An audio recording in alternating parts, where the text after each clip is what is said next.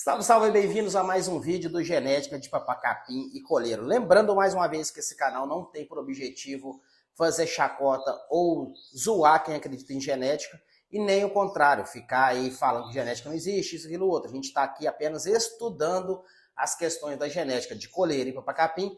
Como a gente é curioso, a gente quer entender mais sobre o assunto e ver aonde a gente pode melhorar e aonde pode estar trazendo resultados para a nossa criação de coleiro e papacapim. Eu não sou geneticista, mas sou curioso, então eu vou estudar alguma coisa e vou trazer para vocês aqui, contando com a contribuição de vocês aí de uma forma educada que possa estar ajudando nós a atingir o objetivo aí da genética ou da epigenética, que é o assunto de hoje aqui, beleza? Bom, pessoal, primeira coisa, vou mostrar para vocês aí o conceito de genética. Olha o conceito de genética.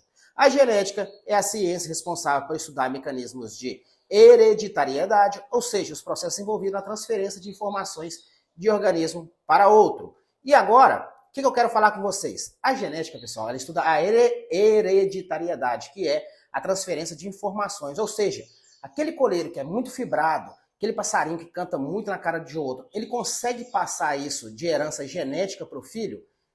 Beleza? É essa questão da genética. A genética que as pessoas falam que acontece é isso.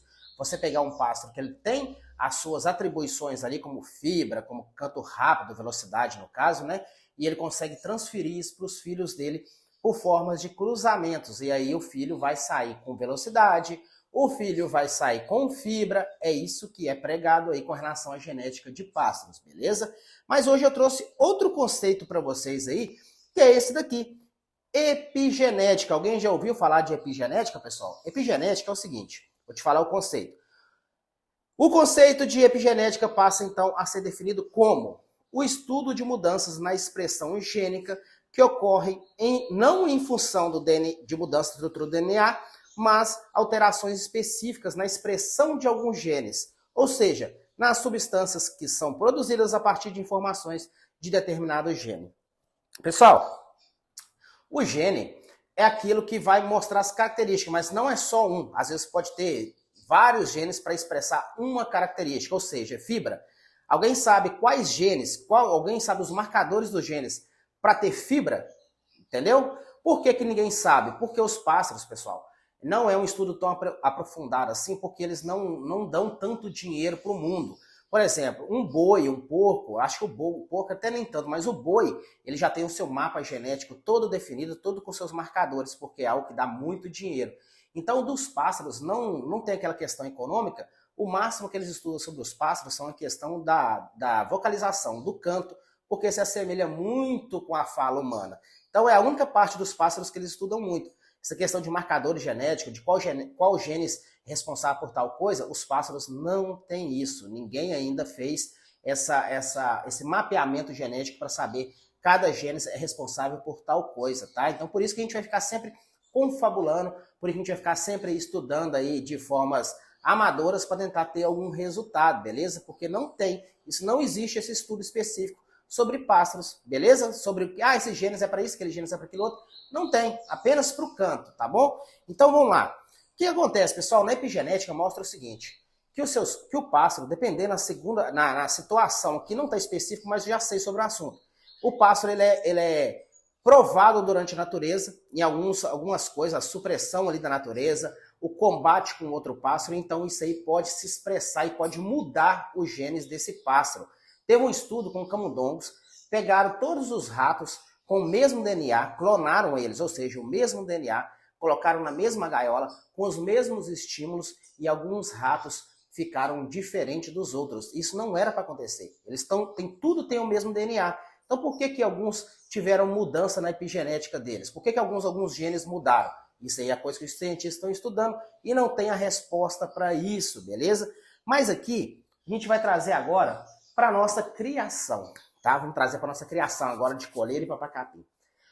O que a gente sabe é o seguinte, essa questão aí da fibra, da velocidade, é passado por hereditariedade? Os pássaros, quantos filhotes, por isso eu gosto de saber quantidade. Se você pegar um coleiro campeão, tá? E cruzar com a fêmea filha de um outro coleiro campeão, beleza? Quantos filhotes nascem ali, puxam as características daquele pai? Alguém, ou da mãe, né, no caso, alguém tem essa informação? Alguém tem informação de quantos? Por exemplo, saiu, na vida toda dele saíram 100 filhotes, desses 100, 50 eram machos.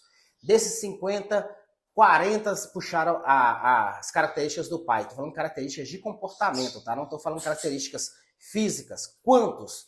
Qual a porcentagem? A gente não tem esse número. Porque o criador comercial ele vai lá e cria e passa. O criador comercial a gente pode falar vende, né? Cria, vende.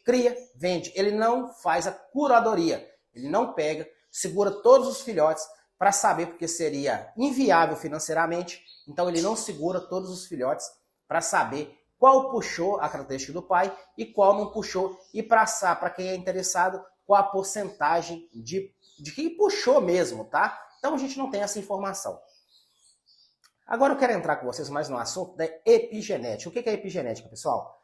Ela pode ser a expressão de um gene que está ali oculto através do ambiente, por coisas que acontecem do meio externo, através do meio ambiente. Ou seja, se você tem um coleiro, tá lá vivendo no meio ambiente, no mato, beleza? Lá no início da vida dele, ele já briga para ter alimento, beleza? Ele já corre de predadores, beleza? Depois, ele tem que brigar com outros para estar ganhando o território dele, tá bom? E aí ele vai atrair uma fêmea e vai reproduzir. Apenas os mais fortes, vamos falar casta alta, os mais fortes vão reproduzir. Tem aqueles de casta baixa, que é aqueles que vão viver sempre em bando. Sempre vão continuar em bando ali, sempre vão estar junto com os parceiros e tal, aquela coisa toda. Esses costumam não reproduzir, porque eles não são os mais fortes. As fêmeas escolhem os machos pela qualidade da prole. Por exemplo, ela vê um coleiro ali que está cantando muito forte, o coleiro que está cantando é dono daquele território, ela vai lá, vai ter filhotes com ele, porque ela sabe que aquele coleiro ali tem qualidade, por isso que ela vai reproduzir com ele. Já aquele que está cantando chuvinha, moito, escondido daquele grandão lá, ela não sente atração por aquilo ali, ela não vai cruzar com ele, aquilo ali não vai ter filhote, beleza? A menos que ele vai lá e enfrente o outro, ganhe do outro e tome conta daquele território. Esses dias eu vi até aí um vídeo na internet, o biólogo Henrique, 2 irmãos leão, foi lá e predou um outro leão, matou o outro leão que era dono do território para tomar conta das fêmeas e para ser dono do harém ali das fêmeas. Então é isso que acontece na natureza. O leão lá era muito forte, ele era muito querido lá na savana africana lá, mas os pesquisadores nem se envolveram porque é coisa natural da natureza.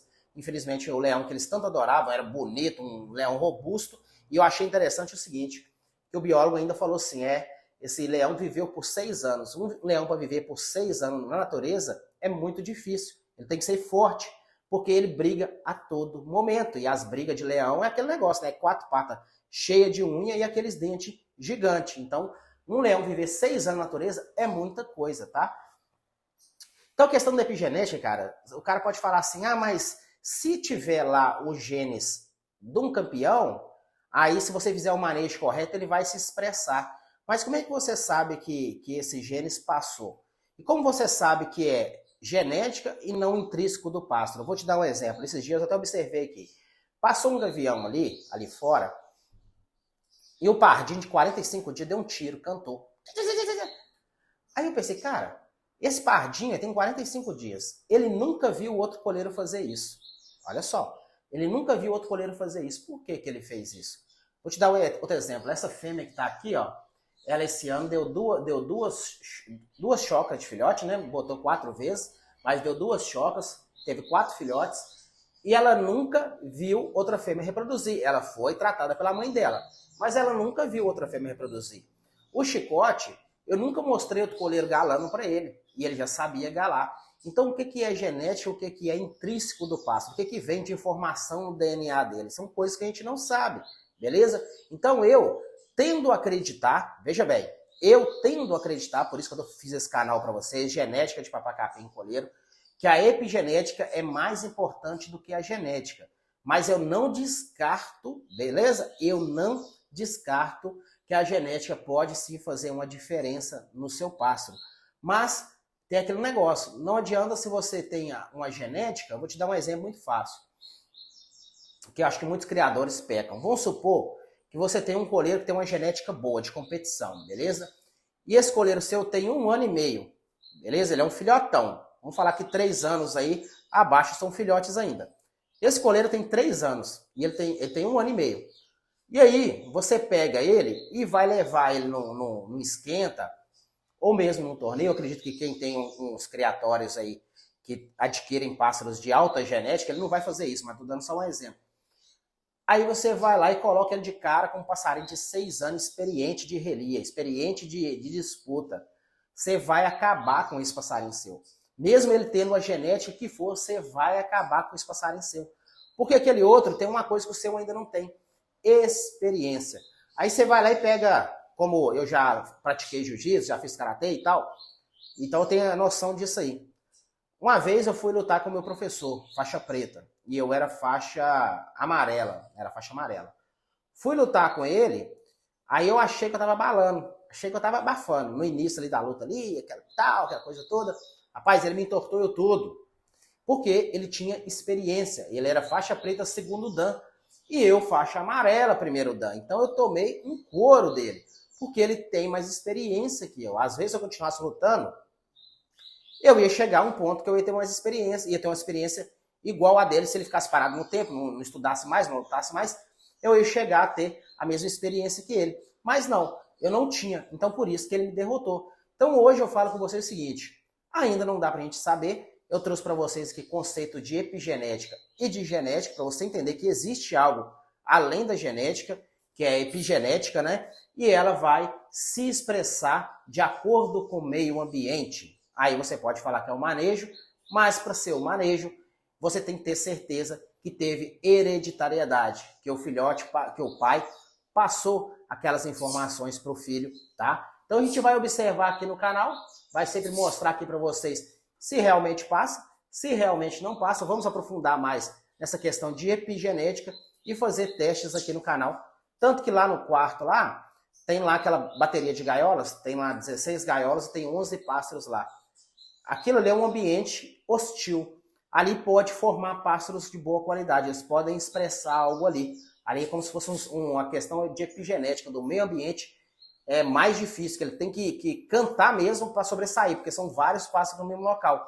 Vamos ver o que vai dar. Vou sempre trazer o resultado para vocês aqui no canal Genética de Papacapim e Coleiro, beleza? Gostou do vídeo? Deixe seu like, compartilha, se inscreva e até o próximo vídeo. Ai, ai, ai, ai, papai. Valeu!